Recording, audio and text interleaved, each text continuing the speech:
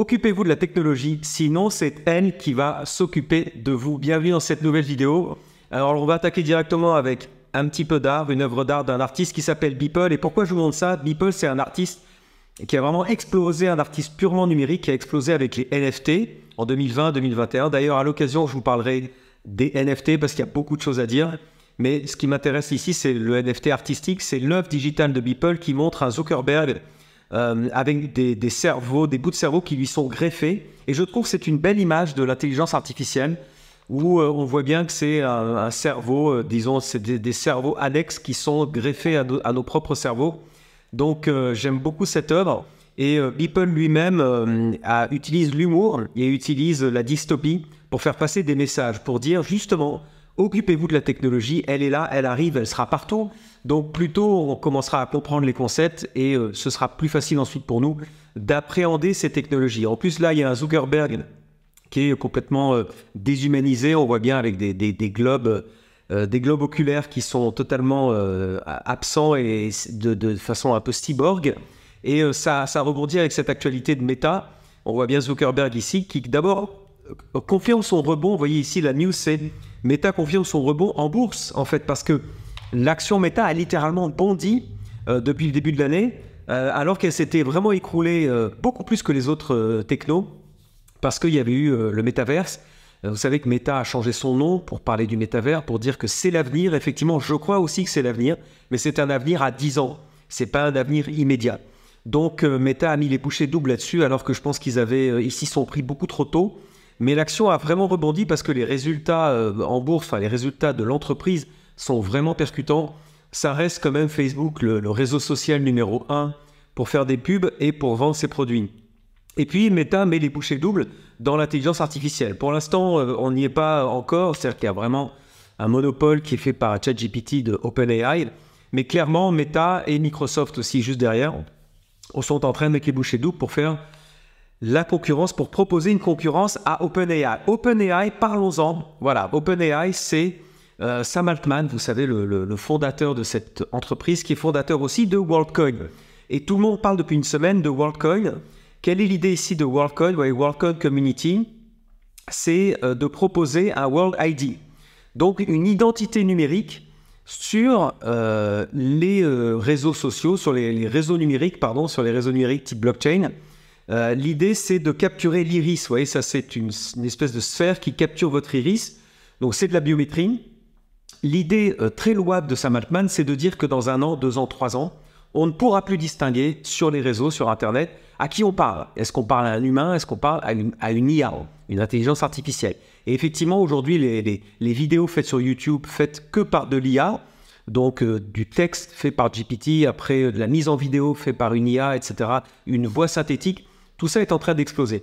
Et lui, il dit, au moins, à tout moment, chaque humain pourra dire, c'est vraiment moi qui suis derrière cette vidéo, qui suis derrière cette production de création, parce que j'ai un World ID qui est vérifiable sur une blockchain, avec évidemment du chiffrement, de la cryptographie qui va sécuriser les données biométriques de votre œil.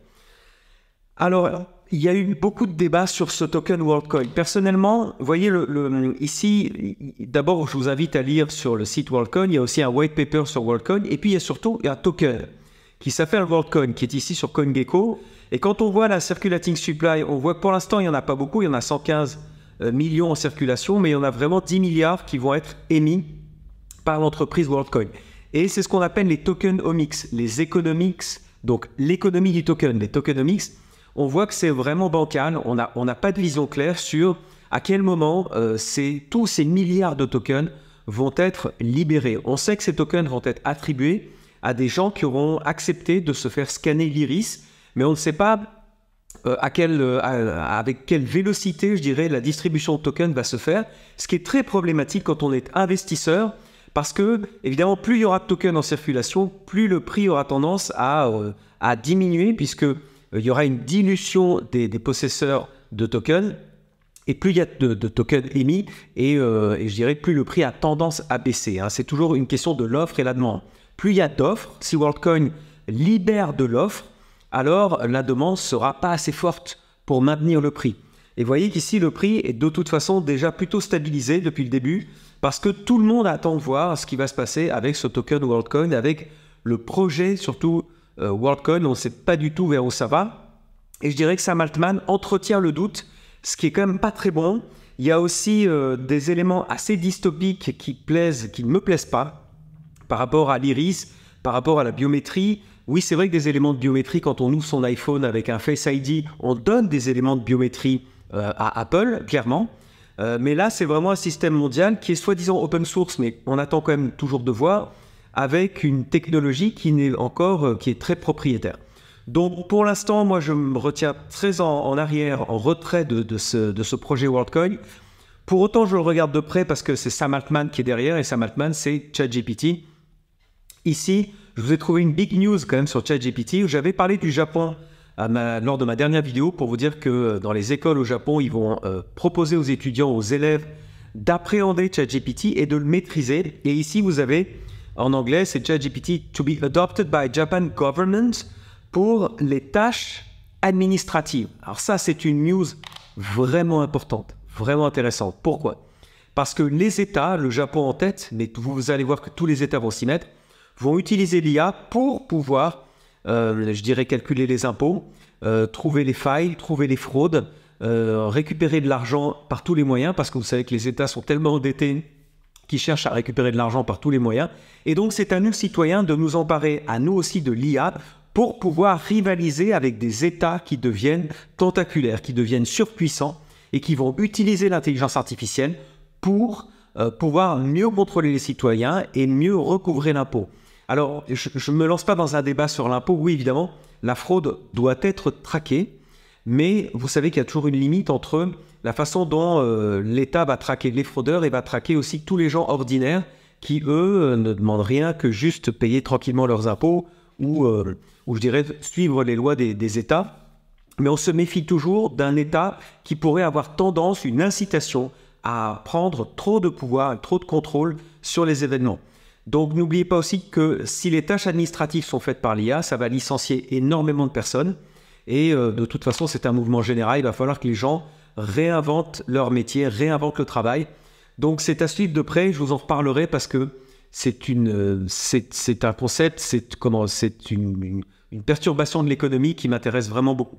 Et alors on parlait de perturbation, et ici vous avez à Hollywood, c'est la première fois dans l'histoire d'Hollywood que vous avez les copywriters, donc les scénaristes qui sont en grève. Et d'ailleurs ça a retardé les Grammy Awards, vous savez la grande cérémonie américaine là, ça a retardé parce que les scénaristes ne veulent pas de l'intelligence artificielle. Et ça, c'est spectaculaire. On est aux États-Unis, au pays de l'innovation, le pays de la technologie. Et bien, les scénaristes disent oui, ChatGPT, justement, c'est beaucoup trop puissant. C'est tellement puissant que on va être mis sur le carreau. On a bien compris que vous n'aurez plus besoin de nous dans 1 an, 2 ans, 3 ans. On verra le temps que ça mettra. Mais bien sûr que des outils comme ChatGPT peuvent vous aider à écrire des scénarios, des livres, des scripts, etc. Donc, cette grève, elle vient en plus avec une information dingue. Franchement, Netflix, je ne comprends pas qu'ils aient pu laisser passer une info.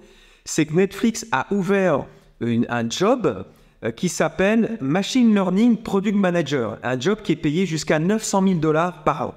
Donc Netflix dit clairement au monde entier, voilà, nous on recherche des gens qui maîtrisent l'intelligence artificielle pour produire du contenu, produire des scripts, faire des films. Donc clairement, la guerre est lancée entre les scénaristes, je dirais, traditionnels et l'industrie du cinéma qui, évidemment, voudrait pouvoir se passer de toute cette main-d'œuvre et augmenter encore plus leurs revenus. Mon message, c'est que c'est jamais comme ça que ça se passe. La technologie ne va pas balayer d'un revers de main tous les métiers créatifs. Simplement, les métiers créatifs, comme avec l'avènement de Photoshop, comme avec l'avènement de Premiere Pro, tous ces outils deviennent de plus en plus puissants et vont aider les créateurs. Ce que je crois, c'est qu'évidemment, au lieu de créer quelque chose, une fiction à 50 personnes, on va pouvoir la créer à 10 ou 20 personnes. Bien sûr, donc il va falloir inventer d'autres métiers, des nouveaux métiers, il va falloir se reconvertir. Ça va être assez spectaculaire, cette période est à suivre vraiment de près. Alors, une news cette fois beaucoup plus sociale. Vous savez que je m'intéresse beaucoup aussi je dirais, la distorsion qu'il y a entre les classes très aisées et les classes plus populaires qui n'ont pas accès ou qui ont moins accès aux technologies. Pour vous dire qu'ici, Harvard et les grandes universités américaines sont des universités qui regorgent d'argent.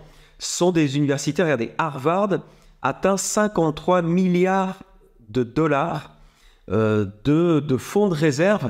C'est complètement spectaculaire. Harvard est une entreprise, Harvard est une multinationale qui investit en bourse, qui investit en venture capital, qui dépose des brevets, qui fait des deals avec des grandes entreprises multinationales.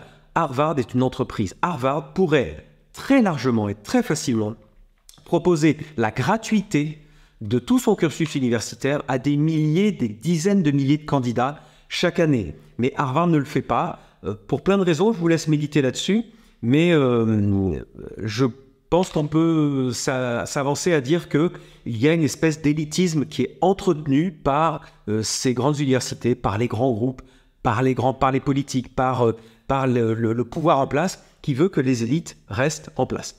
Bon, ça maintenant, je vous laisse réfléchir à ça. Je vous montre pour finir un écosystème que j'adore, un écosystème crypto qui s'appelle Cosmos, avec sa crypto-monnaie qui s'appelle Atom. Il faut savoir que moi je fais du staking, donc je stack. Donc le stacking, pour rappel, c'est aider les validateurs à entretenir le réseau blockchain. Et pour cela, vous amenez vos crypto-monnaies, vous les déposez auprès d'un validateur qui va pouvoir plus facilement valider les blocs et récupérer la récompense de la blockchain. Donc, dans l'écosystème Atom, ici, vous avez un wallet qui s'appelle Keplr. Vous voyez, c'est le petit K qu'il y a ici. Et dans ce wallet Keplr, je peux tout à fait aller voir mes atomes et mes Osmo. Et alors, ici, vous avez aussi toutes les crypto-monnaies qui dépendent de l'écosystème Cosmos. Il faut savoir que Cosmos, c'est un écosystème sur lequel c'est une sorte de blockchain des blockchains. Sur cet écosystème a été bâti, par exemple, la Binance Smart Chain. Donc, c'est la blockchain de Binance a été bâtie sur Cosmos. Vous avez aussi Crypto.com qui a bâti son écosystème sur Cosmos. Vous en avez plein. Ici, vous avez les crypto-monnaies qui sont représentées dans l'écosystème. Alors, nous, ce qui nous intéresse ici, c'est le stacking. Si vous allez maintenant sur voir un peu sur le dashboard qui vous est proposé sur Internet, le Keplr Dashboard qui vous permet de voir le stacking, vous voyez ici que j'ai stacké des Cosmos et j'ai stacké donc des atomes ici. Avec, vous voyez, j'ai stacké 200 atomes qui sont ici. J'ai des rewards. Donc ça, c'est ce que j'ai gagné avec mon stacking. C'est-à-dire, c'est la récompense que j'ai obtenue du validateur pour avoir confié ma crypto-monnaie. Donc j'en suis à 21 atomes qui fait 183 $ au cours du jour. J'ai choisi comme validateur Meria, qui est ici. Je vais vous prendre mon petit feutre ici. Donc mon validateur, c'est Meria, qui est l'entreprise gérée par Asher, vous savez, par Owen Simonin. Et j'ai ici d'autres, sinon je peux choisir d'autres validateurs. Vous avez par exemple Coinbase, vous avez Zero Knowledge, vous avez Everstack. Et ici, vous avez la récompense que vous avez en APR. Donc chaque année, vous avez cette récompense-là. Ah, j'ai du mal à vous le montrer. Donc vous voyez, on est à 20%. Ici, vous êtes à 15%, 10%, etc. Donc selon les validateurs, vous avez des récompenses différentes. Sur Meria, j'en suis ici, là si je clique pour avoir plus d'informations, je suis ici à un APR, donc Annual Percentage Rate de 18,66%. Donc ça varie, j'étais à 20% il y a un mois ou deux, maintenant je suis à 18%, donc 18% de récompense annuelle sur mes atomes. Et n'oubliez pas que je suis récompensé toujours en atomes, ce qui veut dire que quand le marché montera, et que j'espère le cours des atomes montera, ma récompense va de facto monter aussi avec le cours de l'atome. Voilà, j'espère que j'ai été clair. Merci de me suivre. Surtout, likez la vidéo, abonnez-vous et dites-moi en commentaire si ça vous a plu. Si vous voulez que je traite d'autres sujets, je vous suis à votre écoute et je vous remercie. À bientôt. Ciao.